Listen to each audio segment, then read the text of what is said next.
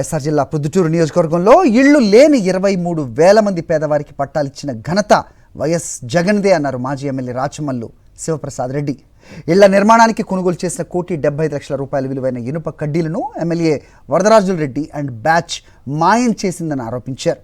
Iron కడ్డీలు దొంగిలించిన వారి నుంచి పోలీసులు రికవరీ చేయాలని డిమాండ్ చేశారు ఎమ్మెల్యే రాచమల్లు శివప్రసాద్ రెడ్డి.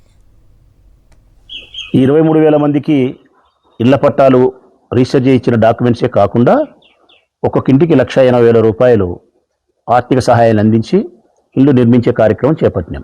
ఆ సందర్భంలోనే పేదవారి యొక్క ఇళ్ల నిర్మాణం కోసం అని చెప్పి మా ప్రభుత్వంలో కొనిపెట్టినటువంటి ఇంటికి ఉపయోగించే ఇనుప కడ్డీలు దాదాపు 1,75,00,000 రూపాయలు విలువ చేసే ఇనుము కడ్డీలు ఈ ప్రభుత్వంలో చంద్రబాబు నాయుడు ప్రభుత్వంలో వరదరాజిరెడ్డి గారు అధికార పార్టీ ఎమ్మెల్యే అయిన తర్వాత 2026లో అంటే ఈ సంవత్సరంలో దొంగతనం అయినాయని చెప్పలేను. ఎందుకంటే అందరి కళ్ళు గప్పి రహస్యంగా తీసుకపోతే దొంగతనం.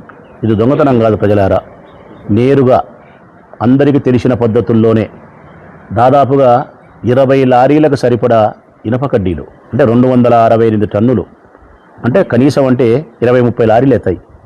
20-30 లారీల యొక్క ఇనప కడ్డీలు తీసుకుపోవాలంటే దొంగతనం కాదు, దొరతనమే. సంబంధించినటువంటి ఇన్ఛార్జ్ ఏఈ సుబ్రహ్మణ్యం ఎవరైతే ఉండారో అసిస్టెంట్ ఇంజనీర్, ఆయన ద్వారా రాజకీయ పార్టీకి అంటే తెలుగుదేశం పార్టీకి సంబంధించిన వరదరాజిరెడ్డి యొక్క మనుషులు ప్రముఖ పాత్ర వాళ్ళ కుమారుడు కొండారెడ్డి. మరిన్ని అప్డేట్స్ కోసం ఛానల్ను సబ్స్క్రైబ్ చేయండి. నోటిఫికేషన్స్ కోసం బెల్ ఐకాన్ పై క్లిక్ చేయండి.